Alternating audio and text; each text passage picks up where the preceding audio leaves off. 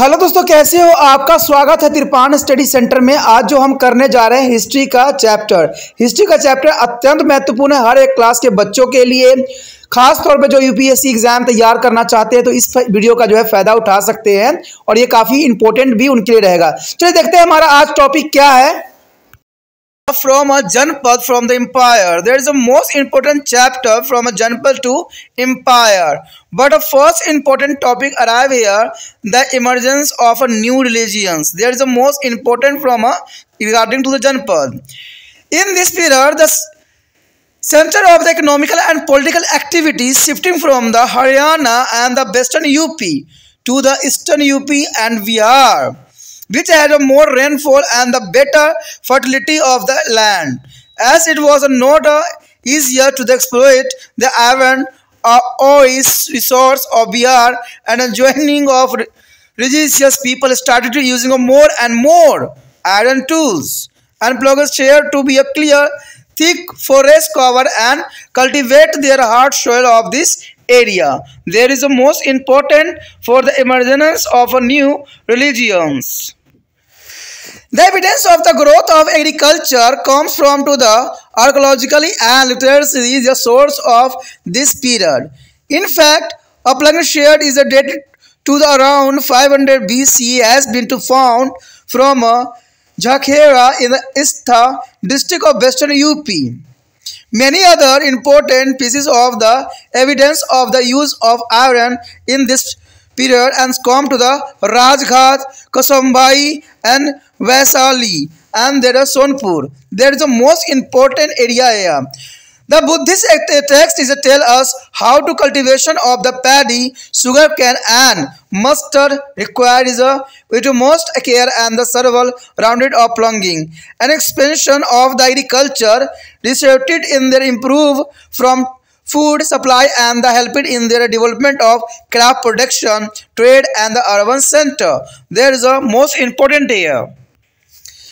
The 6th century BC is known as an era of the second urbanization. There is a most important era, a 16th century era, and in their Indian is a subcontinent. After the decline of the Harappan town, urban center now the emerge again after a gap of more than 1,000 years. However, this time's town developed in the middle Ganga basin and not in the Indo-Plan. It is said that is more than 60 towns and cities such as the Patliputra, Rajgura and the Sauramatis and Varanasi, Vaishali, Champa and Kusambi and the Ujjain development of it between 600 and 300 BC. And these cities become a center of craft production and trade and were inhabited by a large number of artisans and merchants. The good produced by the artisan like a textile, silk and jewelries is a poetry, etc. There is a most important here and where is acquired by the merchant to the other towns. Varanasi was a major center of trade, is connected with the Sabarmati and Kusambi. And Sabarmati was also connected with the Vaisali through the Kapilvastu and the Kosinara. And Jataka is a story tale as that is a trade traveled from to the Magad and Koshal via the Mathura to Taxila. And the Mathura was the trans-cities or point of travel to the Ujjain and the coastal area of the Gujarat also. There is a most important trade here. Development of trade is reflected in the discovery of thousands of coins as known as a punch market coins. Means here a PMC. The PMC here a punch mark coin. The various kind of marks such as the creation of fish, tree, hills, etc. are punched on this coin. And they are therefore called punch mark coin. Means PMC. The numismatics has identified the nearly of 550 types of such a coin made up mainly of silver and sometimes is a copper. The improvement in agriculture and development of trade is money and their urbanization had on the impact on the society as well. In Indeed, due to this is a change in traditional equality and brotherhood, give way to the inequality and social conflict. People is wanted some kind of is a repair from to new social problems like a violence, curiosities and craft, hatred, and there is a fleshhood. The falsehood there is the most important, and therefore went to the new religions such as a Jainism and Buddhism is a there is a concept of peace and social equality. People is a welcome it, and this religions is a emphasis that is a true happiness does not be lies on material is prostrated and their performance of rituals but is a charity, fidelity and non-violence and a good social conduct. Besides that, general economical progress has led to be a rise of Vaishyas and other mercantile is groups who is want to better social position than and what is the Brahmins give them. There is a preferred to the Platonize is a non-Vedic religions like Buddhism and Jainism through the substantially donations. Buddhism and Jainism were not the only religions which is a challenge. The Brahmanical is a dominance. According to their Buddhist source, more than 62 sects and the philosophies is a flourished in this period. One of these sects was known as the Ajivika. Ajivika is the most important, which was founded by is a Mahalis Ghoshal.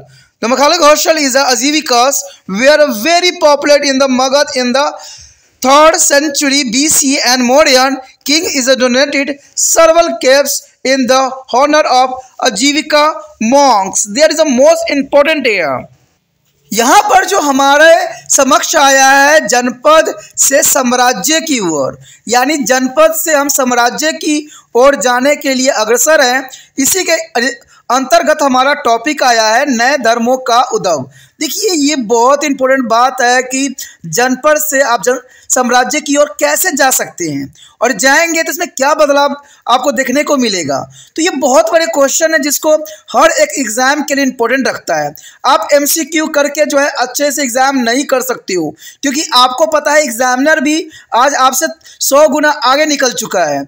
वो कभी भी आपको जो है MCQ regarding जो आप देखते हो वो नहीं आता है, वो जो है चैप्टरों के अंदर से जो है इंपॉर्टेंट क्वेश्चन बनाता है जो आपके लिए जरूरी है। इसलिए त्रिपाण स्टडी सेंटर जो है आपके लिए वो सारे क्वेश्चन वहाँ से उठाता है जहाँ से जो है यूपीएससी वाले हो या सीबीएसई वाले हो, चाहे कोई भी बोर्ड हो, जैसे देते हैं वैसा ही हम चैप्टर ही करते हैं। चैप्टर करने से ये होता है कि हमारा जो टॉपिक है, कॉन्सेप्ट है, वो सारे क्लियर हो जाते हैं, क्योंकि एमसीक्यू से सिर्फ आपको कुछ ही जो है बातों का ज्ञान हो सकता है। तो इसी के अंतर्गत हमारा जो यहाँ पर आया है टॉपिक नए धर्मों का उद्भव। किस समय? जब जनपद थी और जनपद से साम्राज्य की ओर हम गए, उस समय काल की बात कर रहे हैं हम। ठीक है, इस काल में आर्थिक और राजनीतिक गतिविधियों का केंद्र केवल हरियाणा और पश्चिमी उत्तर प्रदेश से पूर्वी उत्तर प्रदेश और बिहार में स्थानांतरित हो गया था।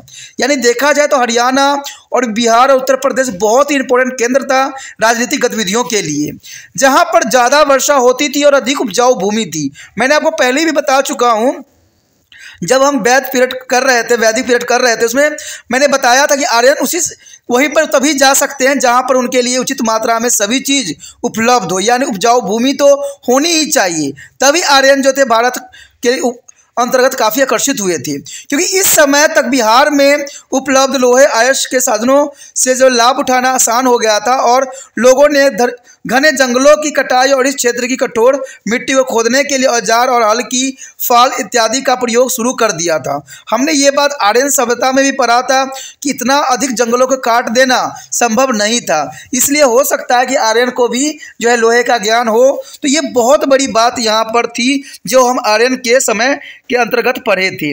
अब यहाँ आगे है हमारे कि इस काल में पुरातात्विक साक्ष्यों और साहित्यिक स्रोतों से प्रमाण मिले हैं कि कृषि की पैदावार में वृद्धि हुई थी। वास्तव में पश्चिम उत्तर प्रदेश से एटा जिले में जखेरा नामक स्थान पर 500 ईस्वी पूर्व के आसपास एक हल की फाल मिली है। अब समझ सकते हो कि अगर 500 ईस्वी पूर्व के अगर जो है हल की फाल मिली है तो इसका मतलब था कि वो इस चीज़ से परिचित अवश्य रहे होंगे। और इस काम में लोहे का प्रयोग किए जाने के अनेक हमें साक्ष्य राजघाट, कौशाम्बी, वैशाली और सोनपुर से भी मिले हैं। तो इसका मतलब है कि 500 ईस्वी पूर्व जो थे इनको लोहे का पूरा ज्ञान था। अगर हम बात करें बौद्ध धर्म के ग्रंथों से तो हमें पता चलता है कि धान, गन्ना और सरसों की खेती के लिए कितनी सावधानी की जरूरत होती है और इसमें अनेक बार जुताई करनी पड़ती थी। खेती बाड़ी के विस्तार के फलस्वरूप खाद्यों की आपूर्ति में सुधार हुआ और जो है शिल्पकारी के उत्पादों और व्यापार और शहरी केंद्र के विकास में भी सहायता मिली। 6वीं शताब्दी ईसा पूर्व काल को भारतीय उपमहाद्वीपों में जो है कुछ शहरीकरण के चरण के रूप में जाना जाता है। हड़प्पा कालीन नागरिक केंद्रों के पतन के बाद 1000 वर्षों के अंतराल के बाद अब पुण्य शहरों का विकास होना शुरू हो गया था, क्योंकि जैसे हमने हड़प्पा काल में पढ़ा था उसके 1000 साल के बाद पुण्य जो है शहरों का विकास हुआ, परंतु इस बार शहरों का विकास मध्य गंगा की घाटियों के क्षेत्र में हुआ, न कि सिंधु नदी की घाटियों में। यानी देखोगे तो गंगा के क्षेत्र में अब विकास हुआ, न कि सिंधु घाटी के क्षेत्रों में।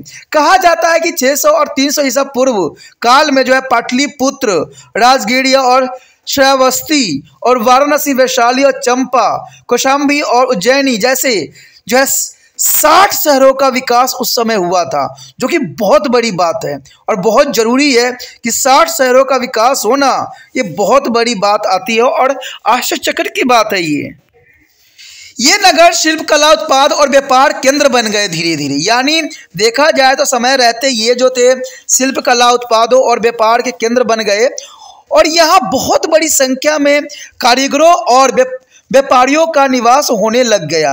यानी अधिक संख्या में कारीगर जो थे यहाँ रहने लग गए, व्यापारी यहाँ निवास करने लगे, जिससे ये क्षेत्र जो था फली फूली काफ़ी। कारीगरों द्वारा बनाए गए वस्तुओं जैसे कपड़े, रेशम, गहने, मिट्टी के बर्तन इत्यादि को यहाँ के व्यापारी अन्य शहरों में ले जाते थे और वहाँ पर वो व्यापार बहुत जो है अच्छे से कर सकते थे। कहते श्रावस्ती और जो कौशाम्बी से जुड़ा शहर वाराणसी व्यापार का मुख्य केंद्र था। यानी देखा जाए तो वाराणसी उस समय के लिए बहुत ही महत्वपूर्ण क्षेत्र था जहां व्यापार का केंद्र बनाया गया था। समझते भी जो है कली वस्तु और कुशानारा के जरिए जो है आपस में जुड़ गए थे। यानी कुशिनारा के जरिए जो जुड़ना बहुत बड़ी बात था। और जहाँ तक कथाओं से पता चलता है हमें कि व्यापारी मथुरा और तक्षशिला के रास्ते मगध और कौशल से व्यापार के लिए जाया किया करते थे। उज्जैन और गुजरात में जो है समुद्री तटीय क्षेत्रों की यात्रा के लिए मथुरा परागमन का मुख्य केंद्र हुआ करता था। ये भी बहुत इंपॉर्टेंट बात है कि उज्जैन और गुजरात जो है समुद्री तटीय क्षेत्रों की यात्रा के लिए मथुरा जो है परागमन का मुख्य केंद्र हुआ करता था, जो कि बहुत जरूरी बात है। ये सांचों में ढलाई करके बनाए गए हजारों मुद्रित सिक्काएं यानी पंच मार्क्स जो सिक्के यानी PMC की खोज से विकसित व्यापार की झलक हमें मिलती है। देखिए ये बहुत काफ़ी इंपॉर्टेंट समय काल था जहां मुद्रित सिक्कों का जो है प्रचलन बढ़ गई थी। विभिन्न प्रकार के चिन्ह जैसे अर्धचंद्रकार, मछली, पेड़, पहाड़ी इत्यादि के चिन्ह इस सिक्कों पर पाए गए हैं। इसलिए इन सिक्कों को हम पंच मार्क सिक्के यानी सांचे की ढलाई में बने सिक्के भी कह सकते हैं। मुद्रा शास्त्रों ने ऐसे लगभग 500 सिक्कों की पहचान की गई है जो मुख्य चांदी कहीं कहीं तांबे से बने हुए थे। यानी 500 सिक्कों की पहचान हुई है जो चांदी और तांबे से बने हुए थे। कृषि में सुधार और व्यापारिक, आर्थिक और शहरीकरण के विकास का प्रभाव समाज पर भी काफ़ी हद तक पड़ा। बेशक इन परिवर्तनों के कारण जो है पारंपरिक समानता और भाईचारों में असमानता और सामाजिक संघर्ष होने लग गए थे। तो जनरल सी बात है कि अगर कहीं कोई समाज रहता है तो संघर्ष होना एक स्वाभाविक बात रहती है। हिंसा, अत्याचार, चोरी, नफरत और झूठ जैसी सामाजिक बुराइयों में लोग किसी प्रकार से छुटकारा चाहते थे। इसलिए बौद्ध और जैन धर्मों ने जब शांति और सामाजिक समानता का प्रचार किया तो लोगों ने इसका जो है स्वागत किया, क्योंकि लोगों का मन जो था अत्याचार, बुराइयों से उब गया था।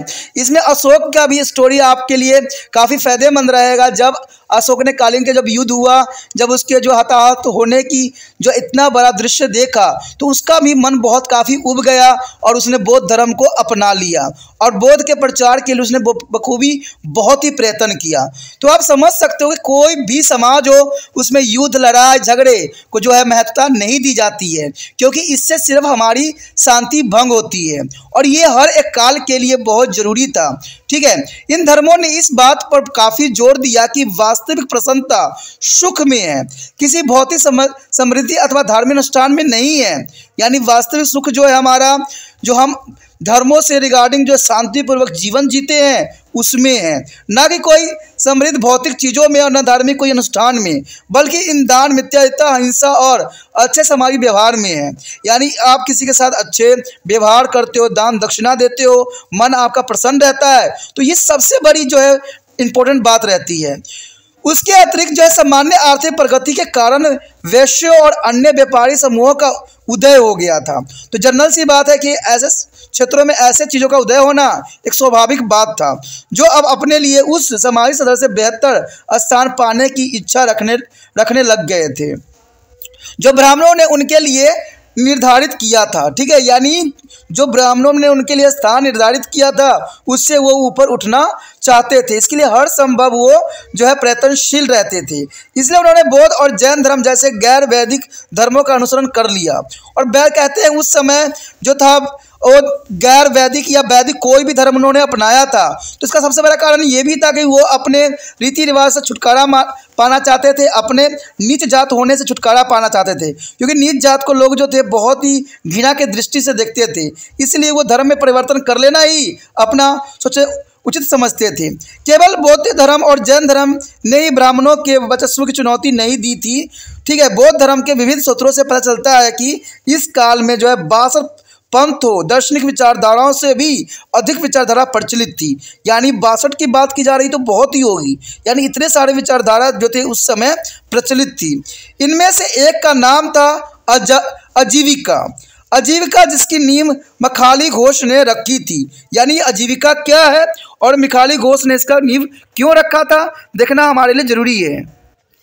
देखा जाए तो आजीविका का अर्थ जो है 3वीं शताब्दी ईसा पूर्व काल में आजीविकाएं मगध में बहुत प्रचलित थी और यह मौर्य शासक ने आजीविका के भिक्षुकों को अनेक गुफाएं दान में दी थी। यानी इसी को हम जो है आजीविका कहते हैं, जिसमें बहुत से भिक्षुकों को जो है आजीविका के रूप में जो है मौर्य शासक ने गुफाएं दान में दिया था। तो ये काफ़ी इंपॉर्टेंट बात थी यहाँ पर। Topic arrive here are doctrines of the Jainism and Buddhism. They are part of from Janpat to the empire. There is a most important chapter. The important point here, Jainism. What is Jainism and what is the feature here? So Jainism is a Vardhaman Mahabir. The Vardhaman Mahabir is regarded as the founder of Jainism. There is the most important point here. Note down. The Vardhaman Mahabir is regarded to the founder of Jainism, and he was born in 599 BC. That is also important. Near the Vaishali in Bihar. He was the 24th and the last Tirthakara of the Jainism. Jainism believes that is the main goal of a human life in the purification of soul and attainment of there is a nirvana, and which mean to the freedom from a birth and death. This can be achieved not a thought, rituals and sacrifice, but by the presence of the Tritthana and Panch Mahavarata is a three Natna is the three jewels, right to a faith, right to the knowledge, and right conduct. There is a three Ratna is the most important for Jainism. There is a mean of a jewel. Three jewels are the right of faith, right to knowledge, and right to conduct, which can be lead to the liberations and right conduct mean observances of a 5 grace balls. The ahimsa, do not commit violence. The next era, asatya bachan, do not speak lies. Asatya, do not steal, and brahmacharya, do not indulge in a sex act, and aparighra is not acquired to properties, and the householders bear respect to the observe meddler from to the practice of this rituals called is anvrata, is a small was, is a comparison to their mock. So what of can be noticed that will there are Brahmanisms and was there is a return to the Oriental religious life, new faith from the conduct oriented. That is the most important. The most necessary feature of Jainism was a concept of here Anekvarda and Swayamvarda. That is the most important here, Anekvarda and Swayamvarda, and it means that is a truth can be a view from to the Anuvrata, Anuka and the various angle. Another important feature of Jainism was is emphasis was extremely from to the penances and authorities. There is an act of non-violence, and where there is emphasis on the strict or display line was one of their reason why it could not be attract the masses in the large number. Mahabhira used to the Prakritic language to the spread is a message. There is a most important here. Mahabhira used a Prakritic language to spread is a message. However, just like other religions, Jainism also could not remain united from every long and later divided into two sects. The first called to the here Digambara. This is a whose his mind is a naked, and second here Swayamvara. There is a who wear a white cloth. There is a most important divided by the two here. There are Digambara and Swayamvara. There is a Digambara here is a who is mind the naked, and Swayamvara is a who wear a white cloth. There is the most important for Jainism. यहाँ पर जो हमारे समक्ष आया है जैन धर्म और बौद्ध धर्म के सिद्धांत, देखिए ये काफी इंपॉर्टेंट है, क्योंकि इंपॉर्टेंट हमारा चैप्टर जो है जनपद से साम्राज्य की ओर, इसके अंतर्गत हमारे दो यहाँ पर आए हैं जैन धर्म और बौद्ध धर्म के सिद्धांत, जो कि काफ़ी मानने में इंपॉर्टेंट है। आपको पता है जैन धर्म से आपका काफ़ी जो है परिचित ही हो गया, बौद्ध धर्म से तो परिचित हो ही, तो इसमें कोई बड़ी बात नहीं, लेकिन फिर भी आपको जो है कुछ बातों की नॉलेज होना चाहिए जो हमारे कंसेप्ट में है। अगर इस कंसेप्ट को अगर अच्छे से याद कर लेते हो ना, तो मुझे नहीं लगता कि आप किसी भी पेपर के लिए जो है लिखने लायक नहीं रहोगे। हर पेपर के लिए आपको जो है लिखने के लायक रहोगे अगर वो जैन धर्म के रिगार्डिंग क्वेश्चन आ जाता है या बौद्ध धर्म के रिगार्डिंग क्वेश्चन होता है। तो सबसे पहले हमारे समक्ष आता है जैन धर्म। देखिए जैन धर्म जो है बहुत काफ़ी इंपॉर्टेंट है। कहते हैं वर्धमान महावीर को जैन धर्म का स्थापक माना जाता है, यानी वर्धमान महावीर जो थे जैन धर्म के स्थापक थे। उनका जन्म जो था 599 यानी 599 ईसा पूर्व बिहार में वैशाली के निकट हुआ था। ठीक है, यानी 599 ईसा पूर्व बिहार में वैशाली के निकट हुआ था, जो कि आपको याद रखना चाहिए। वो जैन धर्म के 24वें और अंतिम तीर्थक थे। ये भी बात इंपॉर्टेंट है कि जो ये वर्धमान महावीर थे, ठीक है, ये 24वें, ठीक है, और अंतिम तीर्थक थे। इससे पहले 23 तीर्थक और हो चुके थे। जैन धर्म की आस्था थी कि मानव जीवन का मुख्य उद्देश्य है आत्मा की शुद्धि और निर्वाह प्राप्त करना, यानी मरण जीवन की जो आवागमन से मुक्ति पाना। हर एक इंसानों को जो है मोक्ष प्राप्त करने की इच्छा होती है, यानी जन्म और मरण की जो है कांडों से मुक्त होना चाहता है हर कोई इंसान। उनका कहना था कि इससे धार्मिक अनुष्ठानों और पशु बलि से जो है प्राप्त नहीं किया जा सकता, यानी आप कोई अनुष्ठान करके या पशु बलि को दे के जो है मुक्ति प्राप्त आप नहीं कर सकते हो, बल्कि इसकी प्राप्ति त्रिरत्न और पंच महाव्रत से होगी। और 5 महाव्रत और त्रिरत्न बहुत ही महत्वपूर्ण इनके समाज में माना जाता है। त्रिरत्न अथवा 3 स्वर्ग सिद्धांत। देखिए 3 स्वर्ग सिद्धांत क्या थे, बहुत ही इंपॉर्टेंट है, जिसको हर एक इंसान को जो है अनुसरण करना चाहिए।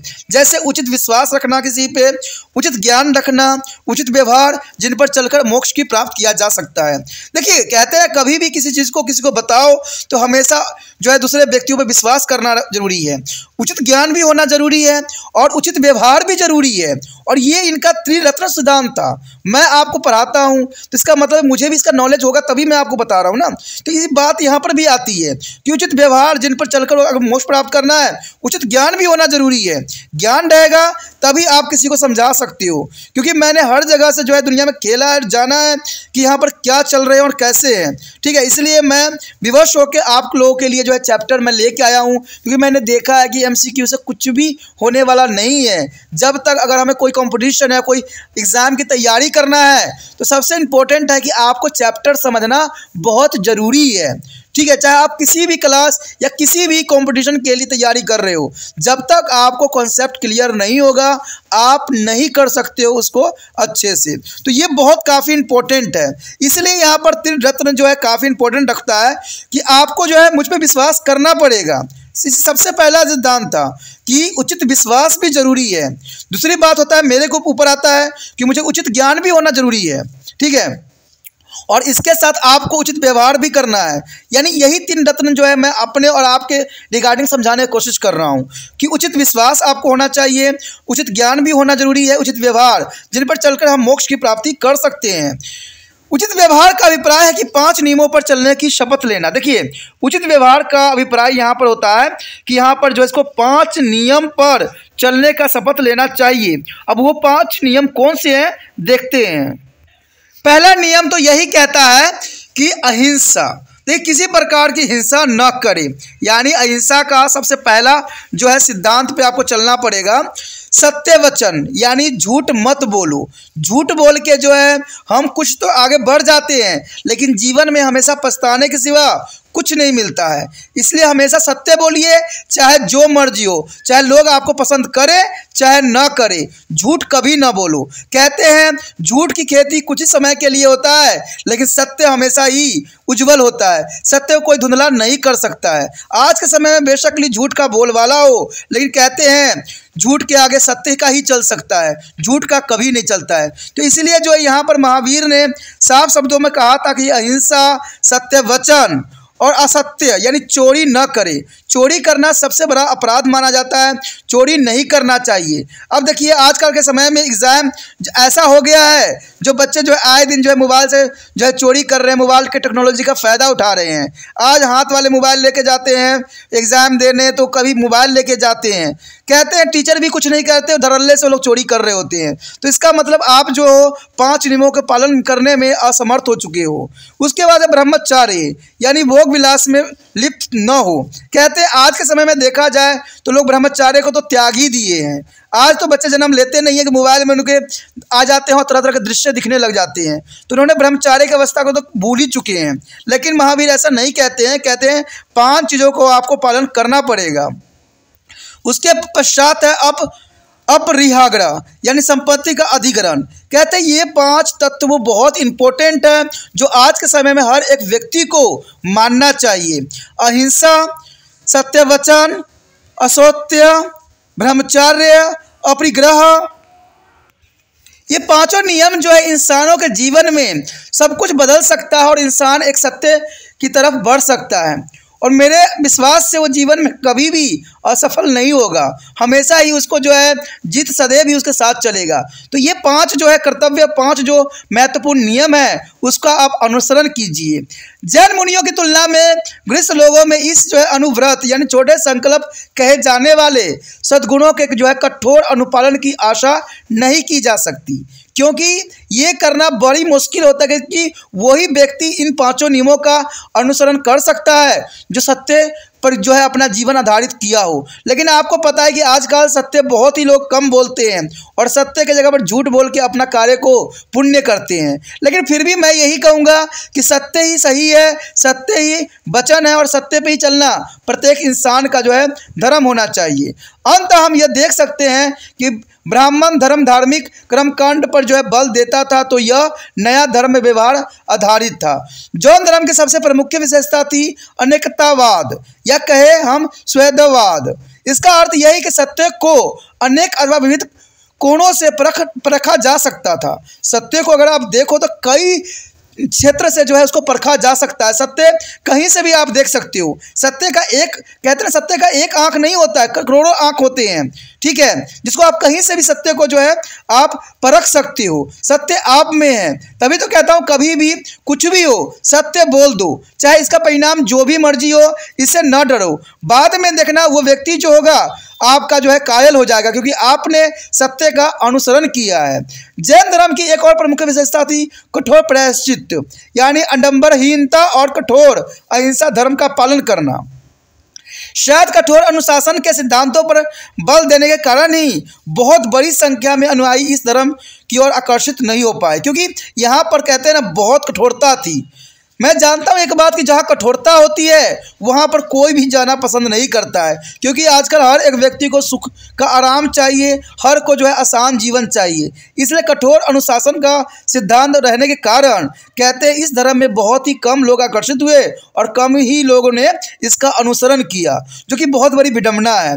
महावीर ने अपने सिद्धांतों संदेशों के प्रचार के लिए प्राकृतिक भाषा का प्रयोग किया था। यद्यपि अन्य धर्मों की तरह जैन धर्म भी बहुत लंबी अवधि तक जो है संग्रहित नहीं रह सका और ये भी जो है दो भागों में विभक्त हो गया। एक दिगंबर में कन्वर्ट हो गया जो निवस्त्र रहते हैं, और एक जो था श्वेतांबर में जो है विभक्त हो गया जो सफ़ेद वस्त्र पहनते थे। नामक दो वर्गों में ये बट गया। तो कहते हैं कोई भी धर्म जो है कई भागों में बटा है और सबने अपने अपने अनुसार धर्म को बना लिया है। लेकिन धर्म, मैं एक बात जानता हूँ, धर्म का अर्थ इतना होता है कि आपको मानव बन के अच्छे सादगी के साथ अपना जीवन यापन करना है, क्योंकि सभी धर्म एक ही चीज़ हमें सिखाती है, सत्य पे चलना, सत्य बोलना और सत्य कर्म ही करना। The next topic is Buddhism. The Buddhism is the most important. Who is the founder of Buddhism? There is a most important question. And that time, the founder of Buddhism was Gautam Buddha. Who is the founder? Gautam Buddha. And who was born is 566 BC at the Luvania locality in the food hills of Nepal. One night the left is placed in the search of truth and ultimately stand it there true knowledge of the Buddha Gaya. He then began to call Buddha are the invented ones. He is delivered his first ceremony is a Sharnartha near the Varanasi.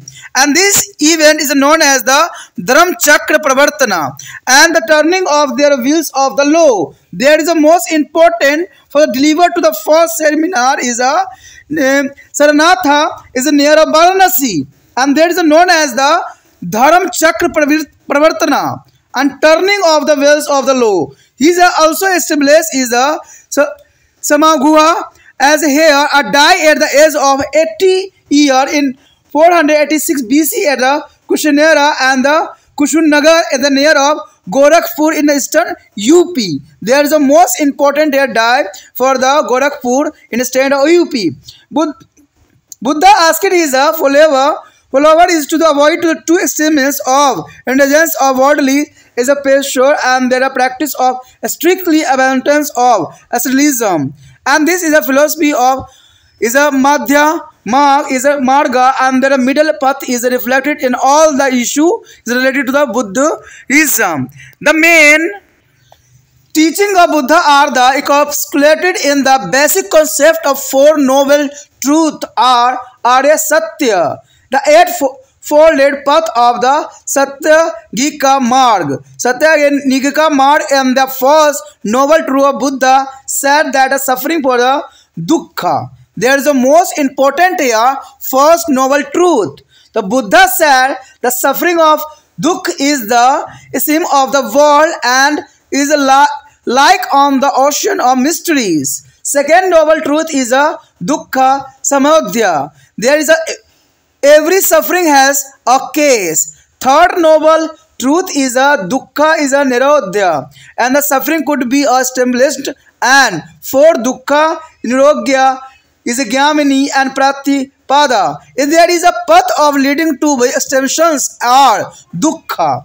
He said that everything is the world like a birth, all age and death lead to the suffering.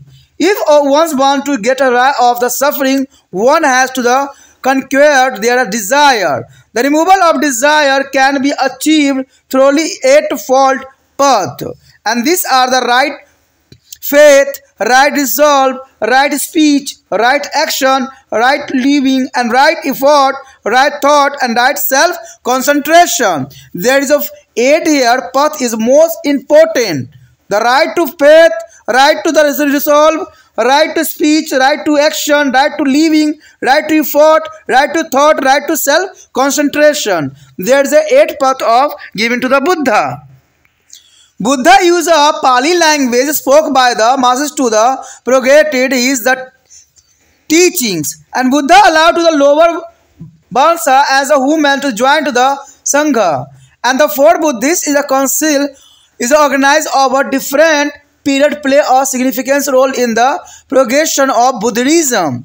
In the fourth council is during to the races of the Kanishika, Buddha is split into two major sects. It's called to the is a Hinayana and Mahayana. Hinayana and Mahayana is the two major sects here. And the Mahayana is adopted to Sanskrit as a language and started to the worshipping Buddha in form of the idols. And the Hinayana is a continuity to the flow the Pali and the treat to Buddha as a guides. There is a most important here. There are two important, the Hinayana and Mahayana. Buddhism became big by the 7th century AD, but impact of Buddhism can be seen in all the sphere of life, Indian history. Buddhist is a scholar, create many literatures texts like Tripitaka, Milapana and the Buddha Charitra, etc. And Buddhism become inspirations for their promotion of the arts and agricultures in there is a form of stupas and the rock and cut as a cave and painting.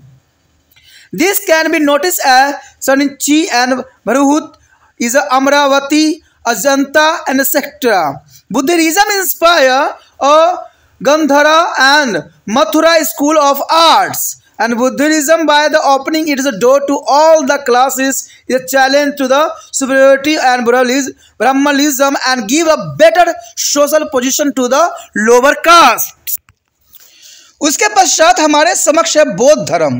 देखिए बौद्ध धर्म का भी कहते हैं बहुत महत्ता है और इसका महत्ता आज भी उतना ही बरकरार है।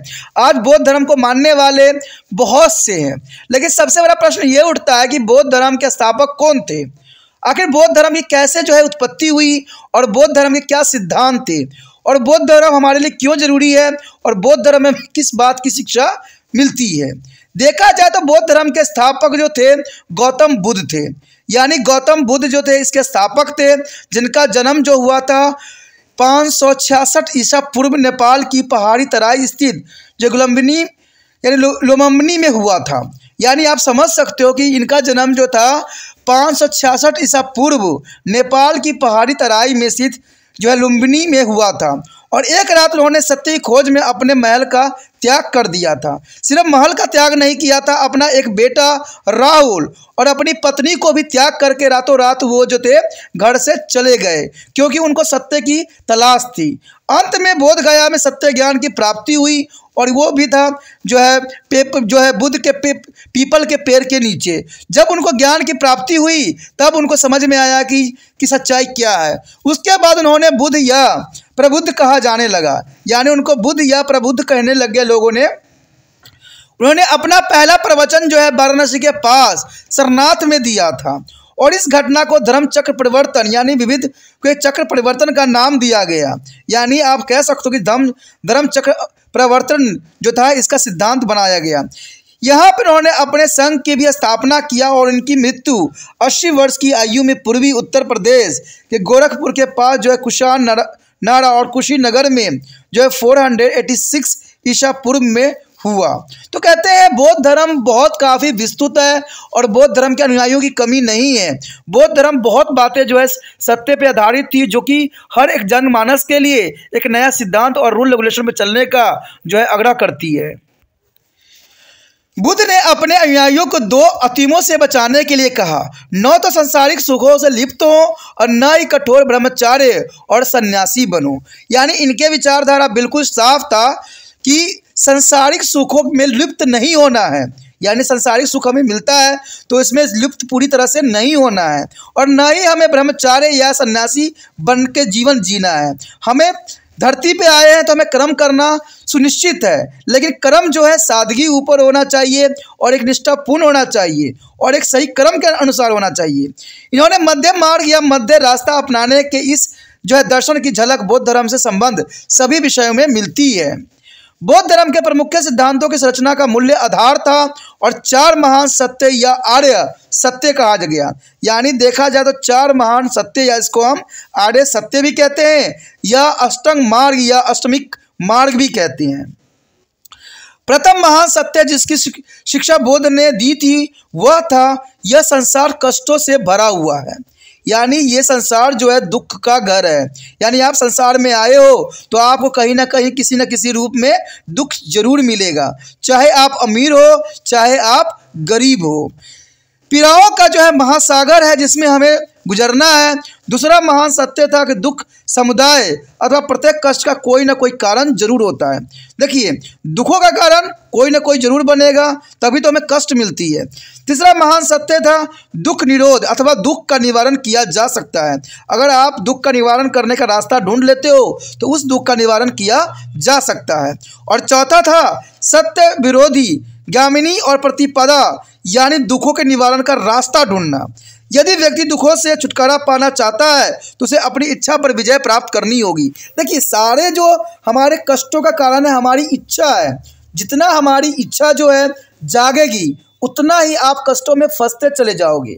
मान लीजिए आपको कुछ खरीदने का इच्छा पैदा हुआ है, तो खरीदना तो आपको पता ही है कि इसके लिए पैसे चाहिए, फिर आपको मेहनत करना पड़ेगा, और मेहनत ना हुआ तो आप गलत काम करोगे। तो इच्छा सबसे पहली बात है, कंट्रोल करना चाहिए। आपने कहावत भी सुना है कि जितना चादर हो उतना ही पैर पसारना चाहिए। ठीक है, अगर आप अधिक पैर पसारोगे तो चादर से बाहर निकल जाओगे, जो कि गलत रास्तों पे चला जाएगा। तो यही महात्मा बुद्ध ने समझाने की कोशिश किया है कि हमारे दुख का निवारण हम स्वयं कर सकते हैं, कि अपनी इच्छाओं को जो है सीमित करके। कहते हैं कोई भी अगर इंसान गलत रास्ता पे चला है तो सबसे बड़ी उसकी इच्छा थी।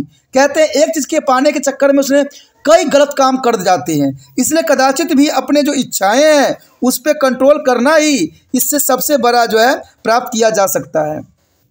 इच्छाओं से बचने के लिए उन्हें अष्टम मार्ग पर चलने की शिक्षा दी गई थी। ये मार्ग थे, यानी यहाँ पर देखा जाए तो अष्टम मार्ग पर चलने की शिक्षा के अंतर्गत उचित विश्वास करना है किसी पे, उचित विचार करना है, उचित भाषा, उचित काम, उचित आजीविका, उचित प्रयास, उचित सोच और उचित ध्यान। देखिए, ये काफ़ी इंपॉर्टेंट इन्होंने जो है अष्टम मार्ग बताया था। आपको उचित विश्वास करना होगा खुद के ऊपर, ठीक है। उचित विचार रखना होगा। अगर आपका विचार नहीं सही होगा तो आप गलत रास्ते में जाओगे, इस जनरली सी भाषा है, ठीक है। अगर उचित भाषा भी आपको बोलना चाहिए, दूसरे के समक्ष जो भाषा का आप उपयोग करते हो वो भी सच्ची सही होना चाहिए। आप देखते हो किसी के सामने आज के समय लोग तू मैं करके बातें करने लग जाते हैं, जो गलत है। उचित काम करें, जो आपके लिए काम निर्धारित है वही काम करें, गलत काम न करें। उचित आजीविका कमाएं, क्योंकि आप धरती पे आए हो तो जीविका तो कमाना ही पड़ेगा। अगर जीविका नहीं कमाओगे तो अपने बच्चों के, अपने माता पिता का जो पालन पोषण करना संभव नहीं होगा। उचित प्रयास करें। देखिए, प्रयास करना सबसे बड़ा कामयाबी का लक्षण होता है। गलत रास्तों पर जाने से अच्छा है कि आप बार बार कोशिश करते रहो, ठीक है। आपने देखा होगा एक चींटी भी जो होता है दीवार पर बार बार चढ़ती है, बार बार गिरती है, लेकिन एक बार उसको जरूर सफलता मिलती है। तो इसीलिए जो है आप अच्छे गुरु को बनाओ और उसको सही मार्गदर्शन के ऊपर चलो और कामयाबी के जो है रास्ता को साफ करो। उसके पश्चात है उचित सोच। देखिए, अगर आपकी सोच अच्छी होगी, आपका उद्देश्य अच्छा होगा तो कामयाबी भी आपको जो है कदम जरूर चूमेगा। उसके बाद है उचित ध्यान करना। कोई भी कार्य कर रहे हो आप, उसको आप उचित ध्यान से करना जरूरी है। जैसे आप पढ़ाई कर रहे हो तो पढ़ाई को भी सही रूप से करना आपके लिए अत्यंत महत्वपूर्ण होगा। अगर आप सही ढंग से करिएगा, सही ध्यान से कीजिएगा तो परिणाम भी आपको जो है आपके ही हित में होगा। बुद्ध ने अपनी शिक्षाओं के प्रचार के लिए सामान्य जनमानस द्वारा बोली जाने वाली भाषा यानी पाली का प्रयोग किया था। यानी बुद्ध का मानना था कि सब जनमानस को समझाना, उनके ही लैंग्वेज में समझाना उचित रहेगा। बुद्ध ने निम्न वर्णों के लोगों और महिलाओं को भी अपने संघ में प्रवेश की अनुमति दी थी। यानी वो निम्न वर्गों के लोगों को भी आगे बढ़ाना चाहते थे। विविध कार्यविधियों में आयोजित किए गए 4 बौद्ध सम्मेलन में बौद्ध धर्म के प्रचार में बहुत बड़ी भूमिका निभाई थी। कनिष्क साम्राज्य के दौरान आयोजित चौथे सम्मेलन में बौद्ध धर्म के 2 बड़ी श्रृंखलाओं में बांट दिया गया, जिसमें जो है हीनयान महायान कहलाते थे। यानी इसका भी जो है विभाजन 2 वर्गों में हो गया था, हीनयान और महायान में। महायान जो है संस्कृति भाषा का अपनाया और बुद्ध की जो है मूर्ति पूजा करना शुरू कर दिया। यानी महायान जो है मूर्ति पूजा को अनिवार्य मानते थे, मूर्ति पूजा करना स्वाभाविक बात था उनके लिए। जबकि हीनयान अभी भी पाली भाषा में ही प्रचार करते थे और बुद्ध को अपना मार्गदर्शक ही बनाए थे। 7वीं शताब्दी ईसा में पश्चात बौद्ध धर्म कमजोर पड़ता गया। यानी धीरे धीरे बौद्ध धर्म भी जो है जैन धर्म की तरह कमजोर पड़ता गया। परंतु भारतीय इतिहास में जीवन में प्रत्येक क्षेत्र में बौद्ध धर्म के प्रभाव को देखा जा सकता है। बौद्ध विज्ञान विद्वानों ने जो है अनेक साहित्य ग्रंथों की रचना किया, जैसे त्रिपिटका, मेनपानाओ, बुद्ध चरित्र इत्यादि। कहते स्तंभों और चट्टानों को काट कर बनाई गई गुफाओं और चित्रकारी के रूप में बौद्ध धर्म कला और वास्तुशिल्प की प्रगति के लिए प्रेरणा बना। सांची भौतौड़ और जो है अगर कहते हैं अमरावती, अजंता इत्यादि जो है स्थानों पर इसे देखा भी जा सकता है। यानी सांची, भौतौड़, अमरावती और अजंता जो है क्षेत्र, वहाँ पर भी आपको मिल जाएगा कि बौद्ध धर्म के बहुत से चित्रों का जो है वहाँ पर अनुसरण किया गया था। गांधार और मथुरा की कलात्मक जो धाराएं स्कूल को भी बौद्ध धर्म से प्रेरित किया गया था और सभी वर्ग के लोगों के लिए अपने धर्म के दरवाजे खोलकर बौद्ध धर्म ने ब्राह्मणों की श्रेष्ठता को चुनौती दी और निचले वर्ग के लोगों को समाज में उसका स्थान दिया। यानी बहुत से लोग जो थे हीनयान भावनाओं के कारण बौद्ध धर्म को अपना लिया और ये सबसे बड़ी ब्राह्मणों की चुनौती के रूप में देखा जा सकता है। इंपॉर्टेंट टॉपिक हियर, द 16 जनपद। There is the most important here 16 जनपद। The 6th century BC was not only a period of the social, economical and religious development, but it is also witnessed a new political development. In the later Vedic period as well, however, as seen earlier, people had started agriculture, which made them to settle down at a particular place. This permanent settlement led to the foundation of Janpad, a territorial state under the control of the king. In the 6th century BC, the main area of the political activity gradually shifted from the western UP to the east UP and Bihar. And this region was not only the fertilities on the account of better rainfall and the river system, but was also closer to the iron production center. And the use of the battle iron tools and weapons led to the some territory state to become a very large, and they come to be called Mahajanpads. Most of these were situated northly to the Vindhyas, is between the Bihar and the eastern to the northeast west frontiers of the subcontinent. And this list with a 16 Janpad is given below here. Most of the states were monocultures is a nature, and but some of them call is a Ganga has a hierarchical system of governance, and in this system, unlike is a marches, and where the hierarchy of king rules, administration was run by one elected kings with the help of the Lord Councillor or assemblies is the comprising head of all important clan and families. This system was considered more domesticated than the monarchies, and though there is a common man had no participation in the administration. And this most important here, these are a state was that by this is with there is a capital Vaishali, which was ruled by there is a Licho, which and this the oligarchies is mainly sit in the foothill of the Himalayas, and they are gradually defected and the quarrel by the is a Mahagang the empire. There are list of the 16 Janpad here. Here the 16 Janpad here are Mahajanpad capital and modern location. There is a most important. The first here Anga is a Champa, and the Mangad is a Bhagalpur, and second is a Magad, Kasi, Vastsa, Koshal, Asharo, Sena, Panchala and Kuru. There is a 8, and the next year Matsya, Chedis, Avanti, Gandhar, Kambos and the Asambaka, Vazis and the Mala. There is a most important 16 Janpad, and there is a most important activity here. Here show the of Mahajanpads the Anga. There is Ascent city is a dark dot, modern city is a light dark, and national boundary is a dotted line. There is the most important here on this map. There is show the Mahajanpad on different area and different region. यहाँ पर जो हमारे समक्ष topic आया है 16 महाजनपद। देखिए ये जो है जनपद में साम्राज्य की और चैप्टर के अंतर्गत है 16 महाजनपद। आखिर 16 महाजनपद क्या थे, इसके बारे में जानना अधिक रोचक रहेगा।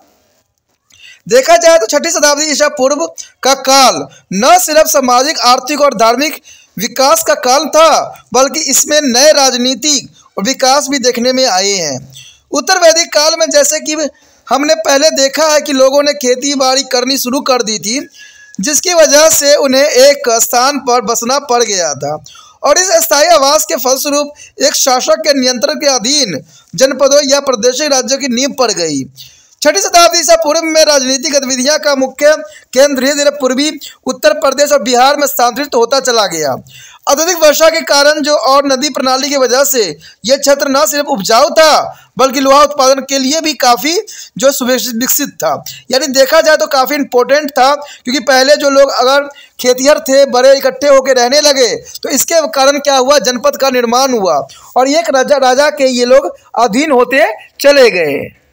कहते हैं अधीन होने का सबसे बड़ा कारण ये भी था कि उनके आसपास जो था वो इसीलिए एक क्षेत्र को चुनते थे क्योंकि वहाँ पर हर सुविधाएं उनको मिल जाता था।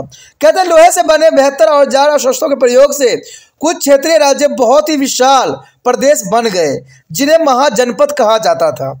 यानी महाजनपद किसको कहते थे, जो धीरे धीरे बहुत ही क्षेत्रीय विशाल बन गया, जहाँ पर जनसंख्या अधिक मात्रा में निवास करने लग गया, तो इसके कारण वो जनपद कहलाने लगा। इनमें से ज़्यादातर महाजनपद जो है विंध्य पर्वत श्रृंखलाओं के दक्षिण उत्तर पूर्व में उपमहाद्वीप के सुदूर उत्तर पश्चिम सीमांत से लेकर बिहार तक स्थित थे। इस 16 महाजनपदों की सूची यहाँ पर दी गई है जो आपके समक्ष है। देखिए यहाँ मन जो है महाजनपद को आपके समक्ष यह प्रस्तुत है। कहते हैं इसमें महाजनपद दिया हुआ है और उसकी राजधानी और आधुनिक में इसको क्या कहते हैं। अगर हम अंग की बात करें तो राजधानी इसका चंपा था और आज इसे मिंगोर या भागलपुर भी कहते हैं। मगध का जो आज आधुनिक नाम हो गया है गया या पटना के नाम से जाना जाता है। काशी जो है उस समय राजधानी काशी थी और आज वाराणसी के नाम से जाना जाता है, यानी बनारस के नाम से जाना जाता है।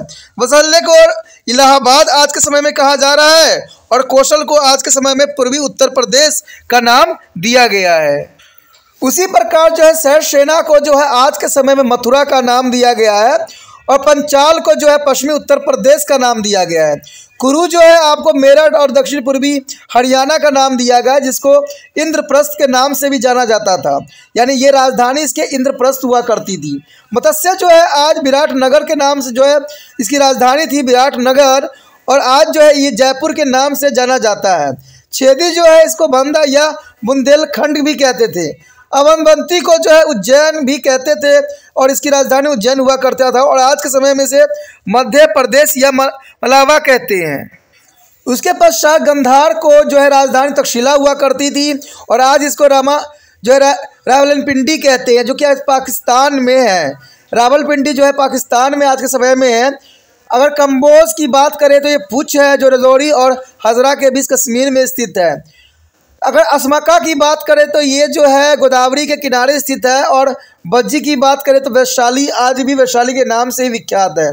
मरल जो है कुशीनारा है इसकी राजधानी और देवगिरी और उत्तर प्रदेश में ये स्थित है। तो ये 16 जनपद जो थे बहुत काफ़ी इंपॉर्टेंट थे और इसका इम्पोर्टेंट और भी इसलिए भी था क्योंकि इनमें ज़्यादातर जो है प्रदेश राजशाही प्रकृति के थे। यानी यहाँ पर इसलिए इम्पोर्टेंट था कि ये राजशाही थे, यानी राजा के अधीन थे। परंतु कुछ प्रदेश जो है गणसंघ कहलाते थे, जहाँ पर जो है गण कुशल शासन था और इस शासन प्रणाली में राजशाही साम्राज्य जहाँ वंशगत राजा शासन करता था से भिन्न तरीके से प्रशिक्षित राज्य चलाता था, जिसमें एक चुना गया था राजा और एक विशाल परिषद या सभाओं की सहायता से राज्य करता था, जिसमें सभी महत्वपूर्ण जो है कुलों और परिवारों के मुखिया सम्मिलित हुआ करते थे। यह पद्धति जो है राज्य तंत्र से अधिक जनतांत्रिक था। यद्यपि आम आदमियों की प्रशासन में कोई भूमिका यहाँ पर नहीं थी और इन सभी प्रदेशों में सबसे प्रसिद्ध राज्य था बज्जी, जिसकी राजधानी थी वैशाली और यहाँ पर लिच्छवियों का शासन था और ये कुशीनतंत्र ज़्यादातर हिमालय पर्वत की तराई के क्षेत्र में थे और कालांतर में मगध साम्राज्य द्वारा इन्हें हटाकर इन पर जो है विजय प्राप्त कर ली गई थी। अगर इसी बात को अगर हम मैप में देखें तो आपको और भी जो है समझ में आ जाएगा। यहाँ पर आप देख सकते हो महाजनपद के जो है कुछ दृश्य दिखाए गए हैं मैप में। महाजनपद को जो है अंगक दिया गया है और यहाँ पर जो है अंगक क्या दिया गया है, प्राचीन शहर को जो है ब्लैक डॉट दी गई है और जो न्यू आधुनिक शहर है उसको जो है आपको यहाँ पर सर्कल के रूप में, बिंदी के रूप में दर्शाया गया है।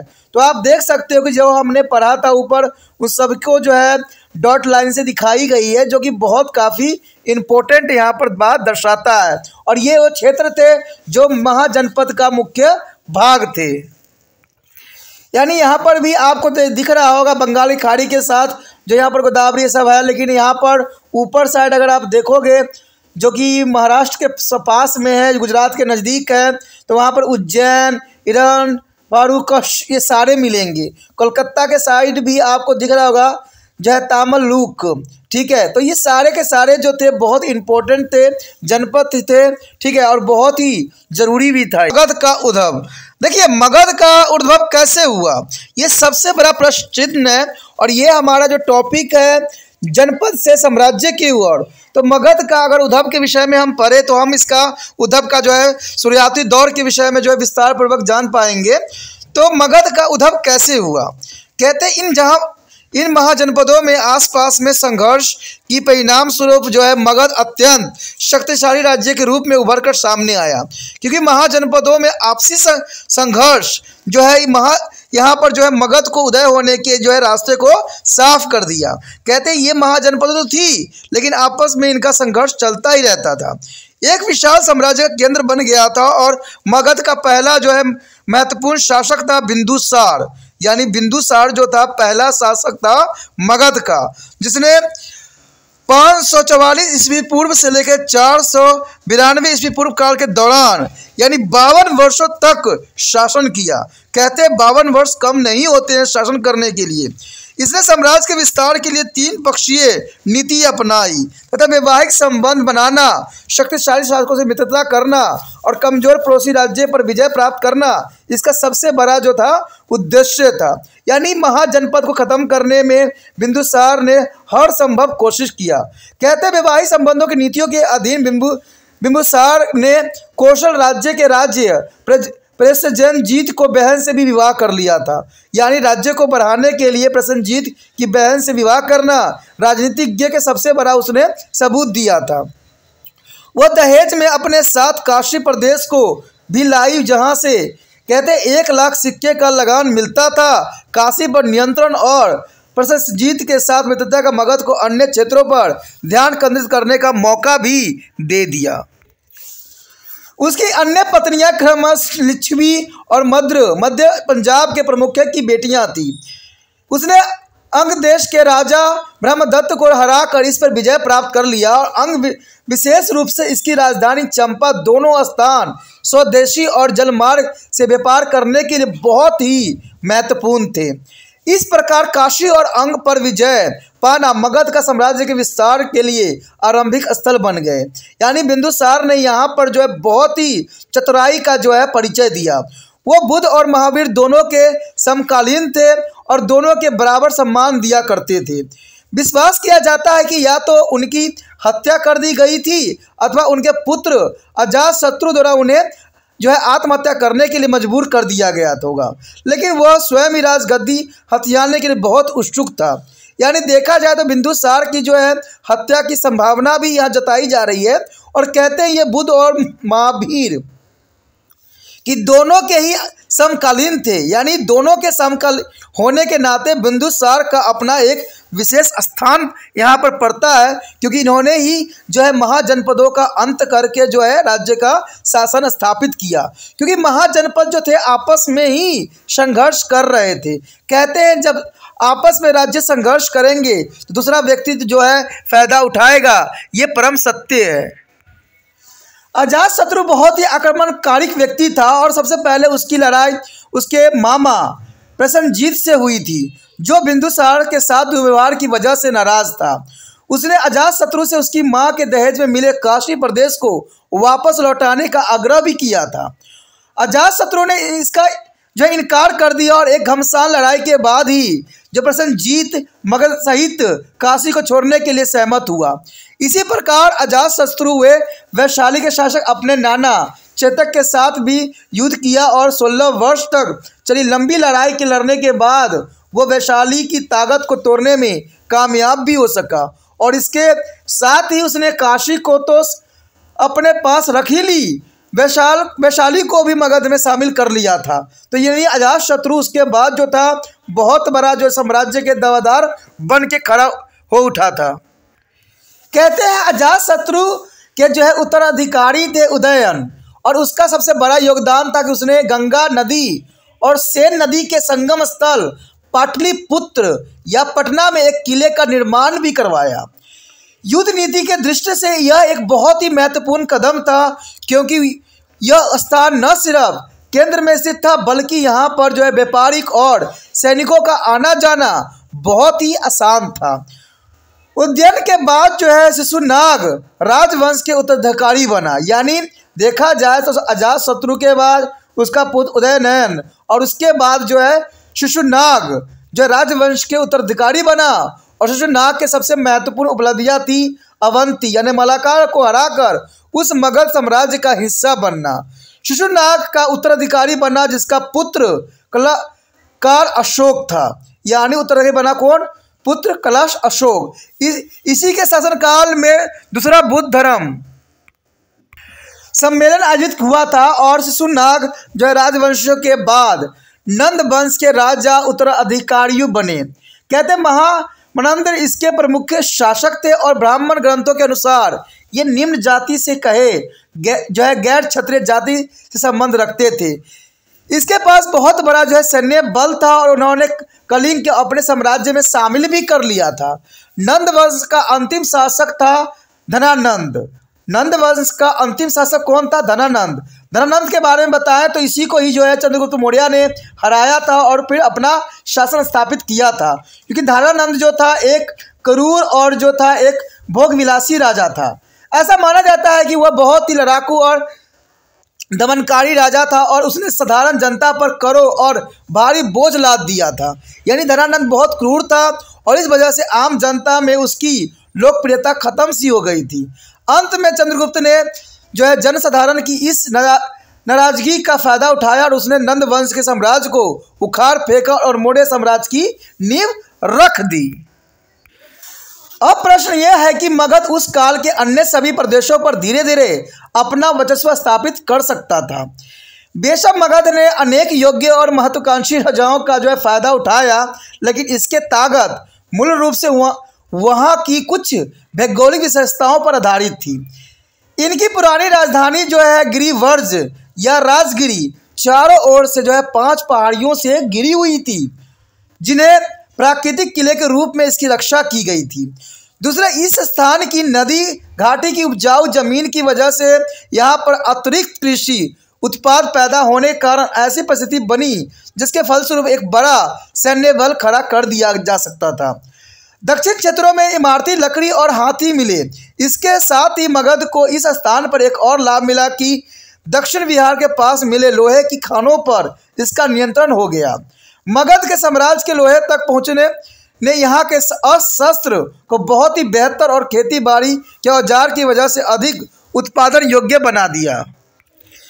देखा जाए तो धनानंद को हराकर जो है मौर्य साम्राज्य के नींव रखने वाले चंद्रगुप्त मौर्य ने काफ़ी चतुराइयों का सामना किया और बहुत चतुराई से इसका जो है कार्य किया और इसमें चाणक्य का बहुत बड़ा हाथ था। तो कहते हैं मौर्य साम्राज्य का उदय। आखिर मौर्य साम्राज्य का उदय किस प्रकार हुआ? मौर्यकालीन श्रोत्र के अंतर्गत कहते 321 ईस्वी में चंद्रगुप्त मौर्य द्वारा मौर्य राजवंश की स्थापना को प्राचीन भारत इतिहास में एक जो है संक्रांति काल समझा जाता था। इस समय के दौरान पहली बार अनेक ऐसे स्रोत उपलब्ध हुए जिनसे अब इस काल के इतिहास पर बेहतर ढंग से प्रकाश डाला जा सकता है। अशोक द्वारा जारी किए गए अभिलेख सूचना के बहुत ही महत्वपूर्ण स्रोत हैं और कम से कम 44 ऐसे अभिलेख मिले हैं जो चट्टान और स्तंभों पर उत्कीर्ण हैं। ये अभिलेख जो है ज़्यादातर पाली भाषा में लिखी गई है और अधिकतर क्षेत्रों में ब्राह्मणी लिपि में लिखे गए हैं। ये शिलालेख प्राचीन भारत में लेखन के प्रथम साक्ष्य भी माने जा सकते हैं। यहाँ तक कि प्राथमिक स्रोतों का जो है संबंध यानी पंच मार्क्स यानी ढलाई करके बनाए गए मुद्रित सिक्के और कुम्हारों में स्थित अशोक महल के अवशेष और मूर्तियों के कुछ टुकड़े बहुत ही महत्वपूर्ण हैं। देखिए उस समय के अगर हम सूत्रों की बात करें तो पंच मगध यानी सिक्के, कुम्हारा जो है काफ़ी इम्पोर्टेंट है, जो कि उसके महलों में जो बहुत ही महत्वपूर्ण मिले हैं। महल के अवशेष और मूर्तियों के कुछ टुकड़े बहुत ही महत्वपूर्ण हैं। देखिए यहाँ पर अगर बात करें पंच मगध के तो कहते हैं सिक्के, कुम्हारा में से अशोक के जो है ये अवशेष और मूर्तियाँ बहुत ही काफ़ी इम्पोर्टेंट अपना स्थान रखता है। सबसे महत्वपूर्ण साहित्य स्रोत है कौटिल्य का अर्थशास्त्र और इंडिका ऑफ मैगनीज। अर्थशास्त्र शासनकाल पर लिखा गया ग्रंथ था जो राजाओं को यह परामर्श देता था कि अपने राज्य में शासन कैसे किया जाए और अपने कर्तव्य का पालन किस प्रकार किया जाता था। इंडिका कौटिल्य द्वारा भेजे गए यूनानी मैगनीज का यात्रा वृत्तांत है, जिसे चंद्रगुप्त मौर्य के दरबार में राजदूत के रूप में भेजा गया था। और दीपवंश और महावंश दो श्रीलंकाई बौद्ध ग्रंथ है और विशाखादत्त द्वारा रचित नाटक मुद्राक्ष भी एक अन्य जो है अवमूल्य ग्रंथ है।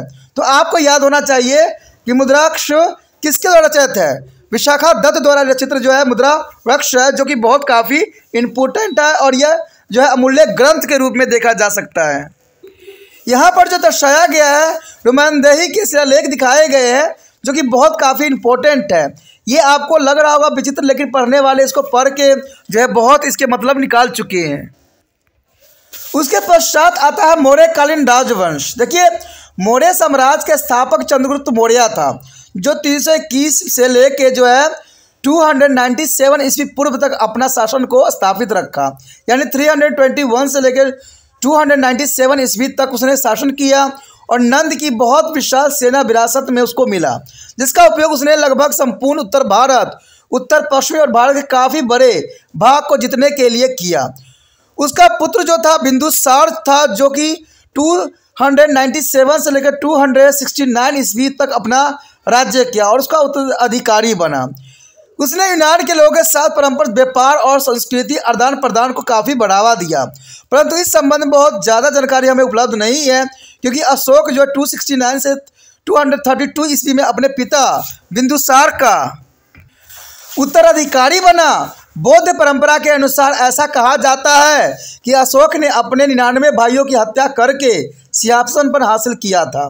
देखिए ये सिर्फ एक बौद्ध ग्रंथ के अनुसार ये बात मानी गई है कि उसने 99 भाइयों को हत्या करके जो है सिंहासन प्राप्त किया था, परंतु किसी अन्य स्रोत से इस तथ्य की पुष्टि न हो पाने के कारण इस पर विश्वास नहीं किया जा सकता। अशोक ने जो है 261 ईस्वी पूर्व के आसपास कलिंग के साथ एक बहुत बड़ा घमासान युद्ध भी लड़ा था, जिसमें बहुत बड़ी संख्या में लोग मारे गए थे अथवा उन्हें बंदी बना लिया गया था। शायद इससे रक्तपात ने उसके हृदय को करुण से भर दिया और उसने सैनिक बल के आधार पर राज्य विस्तार की नीति को छोड़ने का निर्णय किया और घोषित किया कि भविष्य में वो जो है भरी घोष युद्ध का नगारा में जो है धम्म के नगारे को बेहतर समझेगा। अपना संपूर्ण शेष जीवन उसने धम्म के सिद्धांतों के प्रचार और प्रसार में व्यतीत किया, परंतु उसका उत्तराधिकारी उसके साम्राज्य के संगठित करने में असफल रहा और 187 ईस्वी में के आसपास के अंतिम शासक राजा जो विदुदर्श को अब उसके सेनापति पुष्पमित्र संघ ने हत्या कर दी और फिर यह साम्राज्य पूरी तरह से समाप्त हो गया। देखिए बहुत काफ़ी इम्पोर्टेंट है कि चंद्रगुप्त के बाद जो है बिंदुसार आया, बिंदुसार के बाद जो है कहते हैं कि अशोक आया, अशोक के बाद जो है काफ़ी इम्पोर्टेंट यहाँ बात आता है कि उसके बाद अशोक के बाद जो है इसका शासन बिल्कुल ही ख़त्म सा हो गया था। यानी देखा जाए तो उसका उत्तराधिकारी जो थे बिल्कुल ही अयोग्य थे, जिसको जो है एक सेनापति ने जो है पुष्पमित्र ने बहुत ही सरलता से हत्या करके पूरे साम्राज्य पर जो है अपना अधिकार कर लिया था। तो ये काफ़ी इम्पोर्टेंट है। इसी के साथ जो था यहाँ पर मौर्य साम्राज्य का अंत भी हो गया। यहाँ पर आप जो है मानचित्र में देख सकते हो कि संकेतक के रूप में जो है स्तंभ अभिलेख स्थल को जो है डंडी रूपी दिखाया गया है, शिलालेख स्थल को एक ट्रायंगल शेप दिखाया गया है, छोटी पहाड़ी शिलालेख स्थल को जो है स्क्वायर शेप दिखाया गया है और आधुनिक शहर को जो है सर्कल के शेप में दिखाया गया है। तो ये मैप भी बहुत कुछ हम समझाने के लिए काफ़ी होता है कि ये क्षेत्र कहाँ कहाँ और किस जगह में जो इसके प्रमाण मिले हैं। और कहते हैं ये भारत के हर एक क्षेत्र में जो था फैला हुआ था, जिसकी अपनी एक विशेषता थी। चाहे वो चेन्नई हो, चाहे वो जम्मू कश्मीर हो, चाहे कलकत्ता हो, चाहे आपका मुंबई हो, हर क्षेत्र में जो है इसका दबदबा देखने को मानचित्र में मिल सकता है। हमारे समक्ष आता है अत्यंत महत्वपूर्ण टॉपिक, अशोक और उसका धम्म। देखिए धम्म क्या था, अशोक ने धम्म का निर्माण क्यों करवाया, तो ये बहुत बड़ी जो है यहाँ प्रश्न उठाता है।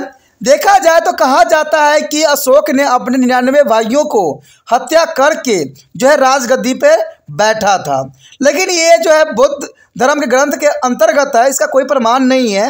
लेकिन कहते हैं जब इसने कलिंग की युद्ध लड़ाई किया था तो इसमें बहुत जो है नरसंहार हुआ था, और नरसंहार होने के कारण जो है इसका मन जो है बिल्कुल ही उब सा गया था, और वो कभी भी हत्या और खून के जो है नहीं देखना चाहता था।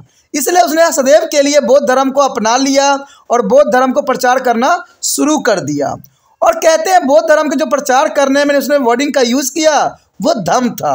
तो यही बात यहाँ पर भी आता है कि अशोक को भारतीय इतिहास में एक महानतम शासक माना जाता है, और उसकी प्रशंसा उसकी सैनिक गतिविधियों की तुलना में उसकी धम्म से संबंधित नीतियों के लिए भी की जाती है।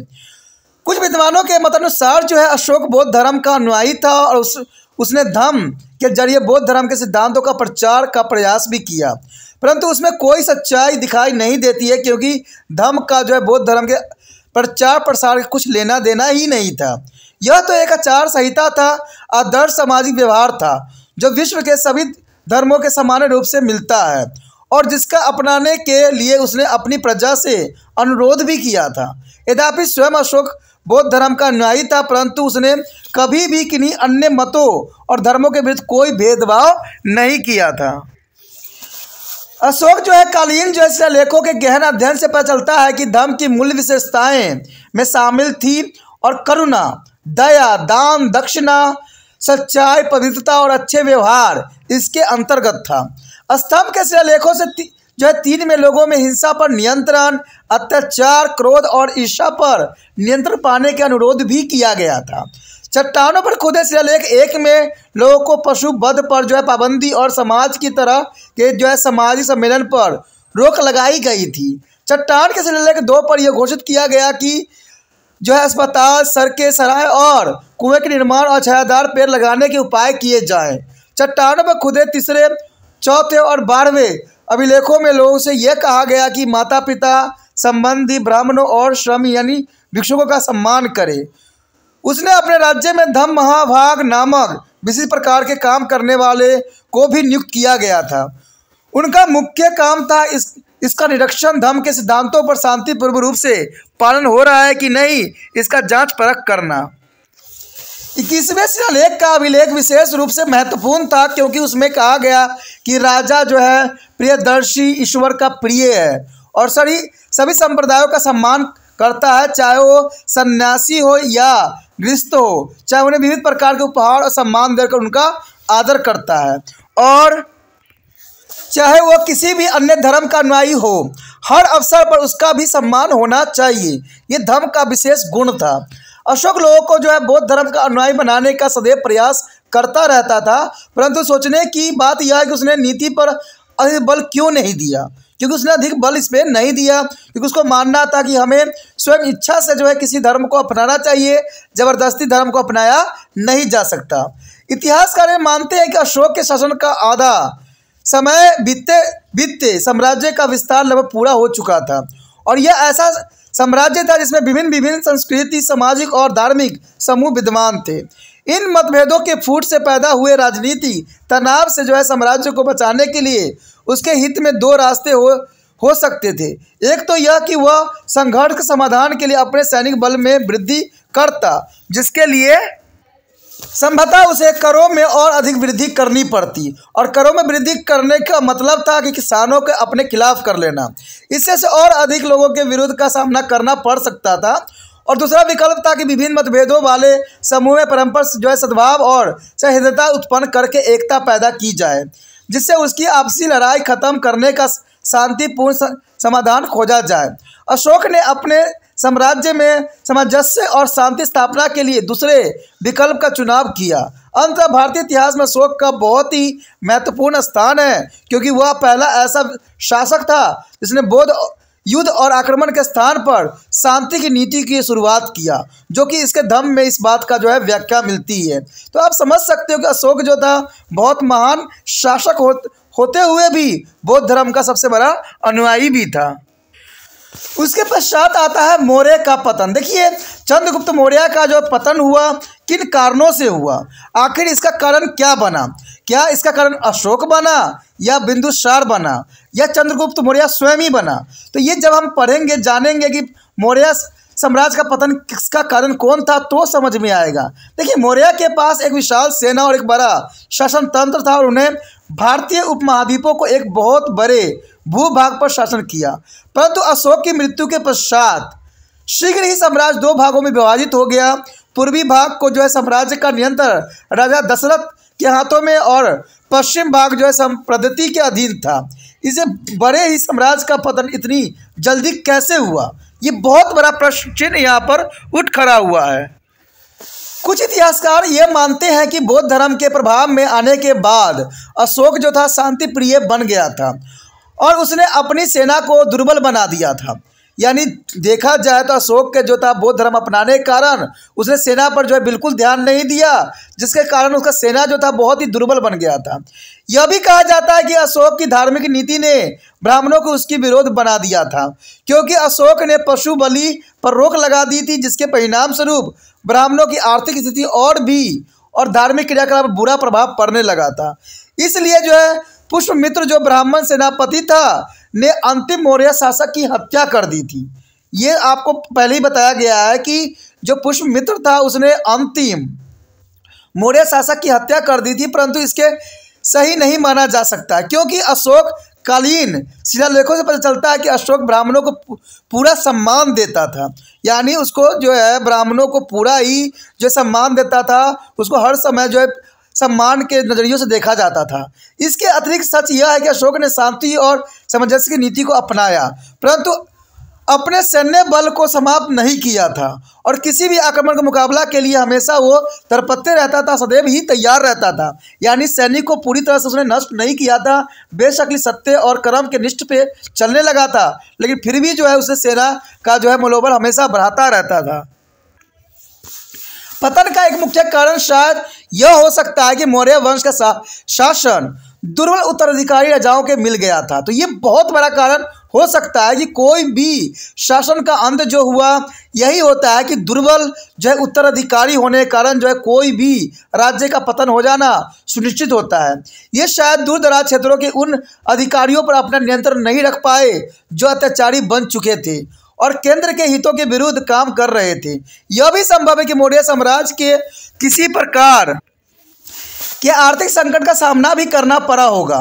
उस काल के कुछ सिक्कों के मूल्य कम होने से इस बात का पता चलता है कि यह संकट शायद अत्यधिक दान दक्षिणा अथवा समाहित प्रशासनिक प्रणाली पर अधिक खर्च किए जाने से भी आने की संभावना हो सकता है।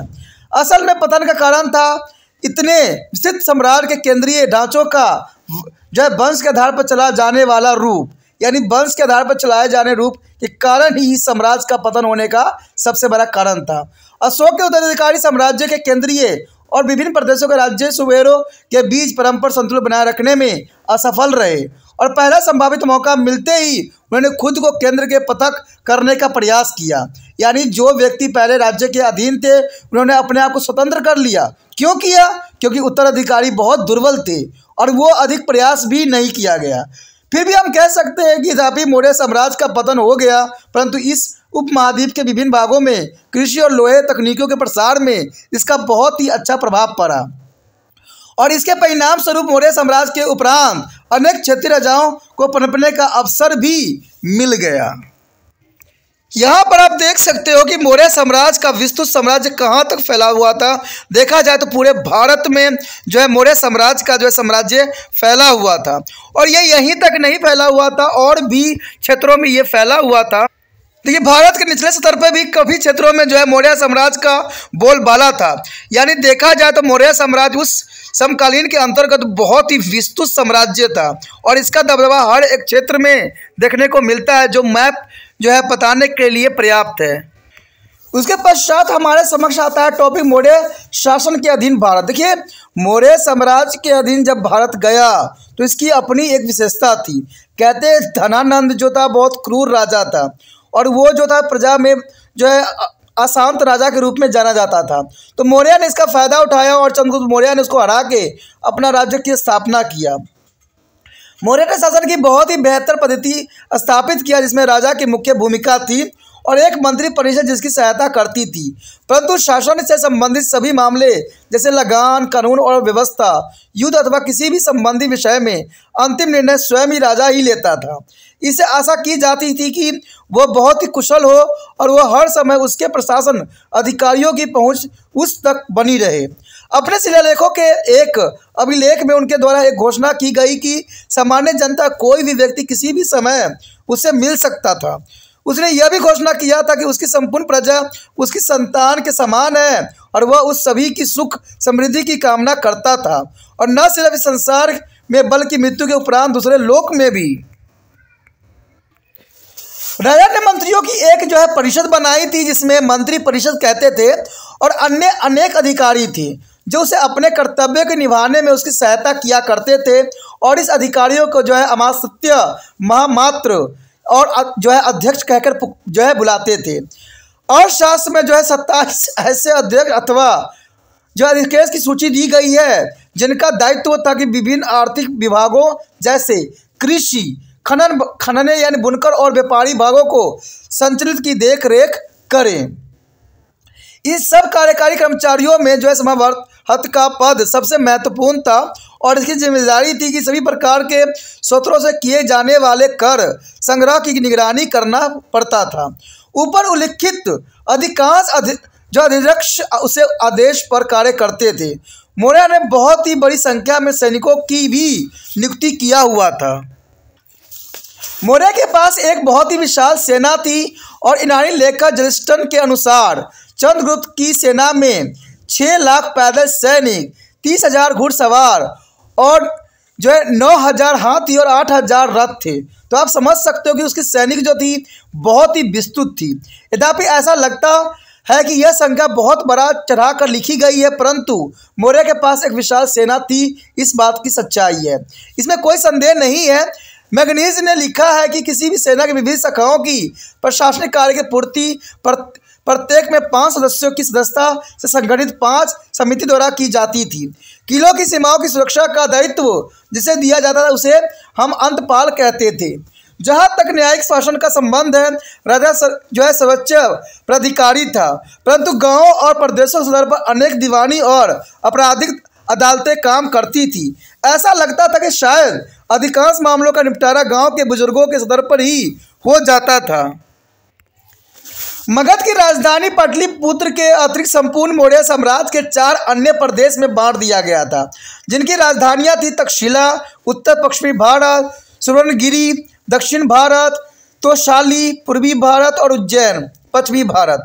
यानी इसको 4 भागों में विभक्त कर दिया गया था। इसका जो है नियंत्रण शाही राजकुमारों के नियंत्रण में रखा गया था, जिन्हें कुमार कहते थे। मैगजीन के अनुसार पाटलिपुत्र नगर के प्रशासन का संचालन 5-5 सदस्यों की जो है 6 समितियां करती थी। प्रत्येक समिति को अलग अलग विषय का जो है काम सौंप दिया गया था, जैसे उद्योग, विदेशी जन्म और मृत्यु पंजीकरण, व्यापार और बाजार की संचालन व्यवस्था और कर संग्रह। फिर भी यह सफल संकेत नहीं मिलता है कि संपूर्ण भारतीय उपमहाद्वीपों में इसी प्रकार की जो है नगर प्रशासन चला था या नहीं। ऐसा लगता है कि केंद्रीय प्रांत मगध का प्रशासन सीधे ही राजा की कड़ी निगरानी के अधीन संचालित होती थी और अन्य दूर दराज के क्षेत्रों पर अलग अलग स्तर का प्रशासनिक नियंत्रण होता था। यानी हर क्षेत्र में देखा जाए तो प्रशासनिक नियंत्रण था और सभी जो थे राजकुमार के अंतर्गत सभी राज्यों को रखा गया था और इसको 4 भागों में विभक्त कर दिया गया था। किसमें? तक्षशिला, सुवर्णगिरी और तोशाली और उज्जैन। ये 4 भागों में इसको विभक्त कर देना ही जो है चंद्रगुप्त मौर्य का जो है कुशल शासक होने का परिचालक दिया है। उसके पश्चात आता है अर्थव्यवस्था, समाज और कला। जैसा कि ऊपर बताया गया है कि मौर्य के पास बड़ी स्थानीय सेना थी और बहुत बड़ी संख्या में सरकारी अधिकारियों की व्यवस्था भी की गई थी। इस सैनिकों और कर्मचारियों को नगद भुगतान किया जाता था, क्योंकि राज्य के सभी आवश्यकताओं को पूरा करने के लिए सामान्य करों के पर्याप्त नहीं समझा जाता था। इसलिए ज़्यादा से ज़्यादा जो संसाधन पैदा करने के लिए अनेक प्रकार की आर्थिक गतिविधियां भी चलाई जाती थी। इस काल में अर्थव्यवस्था का मुख्य आधार था कृषि। मौर्य शासकों ने परती यानी खाली भूमि को खेती बाड़ी के उपयोग में लाने के लिए नए कृषि आधारित स्थलों का निर्माण कराया। खेतों में काम करने के लिए अधिक जनसंख्या वाले क्षेत्रों से लोगों और युद्धबंदियों को यहाँ लाकर बसाया गया और इस गांव का जो है स्वामित्व राजा के पास ही था। जो भी कर्मचारी इसके देखभाल करते थे उन्हें जो है सीताध्यक्ष अथवा कृषि अधीक्षक कहा कहते थे। शासकीय कृषि क्षेत्रों में धर्मों के अतिरिक्त निजी भूस्वामी भी थे जो राज्य के अनेक प्रकार के कर दिया करते थे। सिंचाई के महत्व को सभी जो है भली भांति जानते थे और चिन्हित भूमि के लिए किसानों को अधिक कर देना भी पड़ता था। बलि और भूमि कर लगान का मुख्य अंग था जो कुल उत्पादन के 6 भागों के बराबर मात्रा की दर से देना होता था। किसानों को और भी अनेक करों का भुगतान करना पड़ता था, जैसे पिंडक, हिरण्य, भाग और भोग इत्यादि। ये सब जो था एक तरह का कर था। पिंडक, हिरण्य, भाग, भोग ये सारे कर थे जिसका भुगतान प्रत्येक व्यक्ति को करना पड़ता था। इसकी सही प्रकृति के संबंध में विशेष जानकारी हमें उपलब्ध नहीं है, लेकिन फिर भी प्रमुख फसलों में विविध प्रकार की चीज़ें भी जैसे अनेक किस्म की चावल, जौ, जई, बाजरा, गेहूं, चना और अनेक प्रकार की दालें, मटर, तिलहन, तेल देने वाली फसलें जिन्हें हम आज इन्हीं रूपों में पहचानते भी हैं। मौर्य शासन काल में व्यापार और अर्थव्यवस्था को बहुत ही काफ़ी बढ़ावा मिला था और इससे साम्राज्य के लगभग सभी भागों पर अपना प्रभाव छोड़ा था। कहते हैं वस्तु उत्पादन के मुख्य केंद्र थे और वाराणसी, मथुरा और बंगाल, गंधार और उज्जैन ये सारे के सारे जो थे उत्पादन का मुख्य केंद्र थे। खनन और धातु क्रम एक महत्वपूर्ण जो है आर्थिक गतिविधियां थी। व्यापार का संचालन भू मार्गों और जल मार्गों की तरह से होता था। पाटलिपुत्र अनेक व्यापारिक मार्गों के जरिए इस उपमहाद्वीपों के सभी भागों से जुड़ा हुआ करता था। उत्तरी पश्चिम में सबसे बड़ा व्यापारिक केंद्र था तक्षशिला। तक्षशिला जो था सबसे जो है व्यापारिक केंद्र के रूप में देखा जा सकता है उत्तर पश्चिम क्षेत्र में, जो आगे मध्य एशिया बाजारों से जुड़ा हुआ था। पूर्व में तम्रलिप्पी यानी पश्चिम बंगाल में तमलुक और पश्चिम जो है भरोच बहुत ही महत्वपूर्ण बंदरगाहों में से एक था। कहते हैं शिल्प कार्य भी शासन की आय के बहुत बड़े स्रोत के रूप में देखा जाता था। शहरों में रहने वाले कारीगरों को जो है नगद राशि या अन्य किसी चीज़ों या राजा के लिए निःशुल्क कार्य करके जो है कर चुकाना पड़ता था। व्यापारियों और कारीगरों के संगठनों के रूप में व्यवस्थित भी किया जाता था, जिन्हें श्रेणियों या जो गिल्ड्स कहा जाता था। इस उपमहाद्वीप में बड़े पैमाने पर लोहे का प्रयोग शुरू करने का श्रेय चंद्रगुप्त मौर्य को ही जाता है और लोहे के उत्पादन में मौर्य एक छत्र अधिकार था, क्योंकि सेना, व्यापार और खेती बाड़ी को क्षेत्रों में लोहे की अधिक मांग रहती थी और यह सारा कारोबार लोह अध्यक्ष नामक शाही कर्मचारी की निगरानी में हुआ करता था। यहाँ तक कि समाज का संबंध जो है बौद्ध धर्म और जैन धर्म द्वारा चुनौती दी जाने वाले के बावजूद वर्ण व्यवस्था अभी भी मौजूद थी और समाज श्रेणी क्रम में ब्राह्मण और क्षत्रिय भी अभी भी सर्वोच्च स्थान पर ही थे। परंतु अधिकाधिक व्यापार और वाणिज्य के परिणाम स्वरूप वैश्यों का व्यापार करने वाली जाति और क्षुद्रों के समाज स्तर में भी सुधार हुआ था। क्षुद्रों को अब जो है कृषि और शिल्पकारों के कामों में शामिल किया जा सकता था और इस काल में जो है अछूतों की संख्या में भी काफ़ी वृद्धि देखने में आई थी, जो कि काफ़ी इम्पोर्टेंट था। मौर्य काल ने प्राचीन भारतीय कला और वास्तुशिल्प के प्राचीनतम नमूने भारत को उपलब्ध कराए थे और मैगनीज ने पाटलिपुत्र में बने महल की भव्यता का जो है विस्तृत विवरण भी किया था। कहते हैं पटना के पास जो कुम्हलहारा में इस महल कुछ अवशेष भी हमें मिले हैं और इस काल में विकसित हुए पत्थर की मूर्ति बनाने कला को भी बहुत ही शेष नमूने रामपुरम जो है लौरिया और नंदगढ़ और जो शरणार्थ के अशोक स्तंभों के रूप में से प्राप्त हुए हैं। हमारा राष्ट्रीय चिन्ह भी बनारस के पास स्थित शरणार्थ के अशोक स्तंभ से लिया गया है।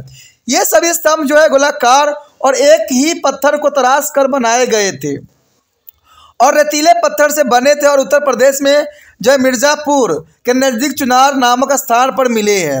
मौर्य काल के स्तंभ जो संबंध कुछ चट्टानों से कटाई करके बनाए गए वस्तु शिल्प के नमूने भी हैं। जैसे गाय के पास जो है बड़ा बड़ा पहाड़ी में बनी जो है लोमस ऋषि गुफा भी हमें मिले हैं। इस काल से संबंधित अनेक पत्थर और मिट्टी के बने मूर्ति जो शिल्प के नमूने पॉलिश किए गए थे पत्थरों की बनी जो दीदारंज दक्ष के रूप में जानी जाती है।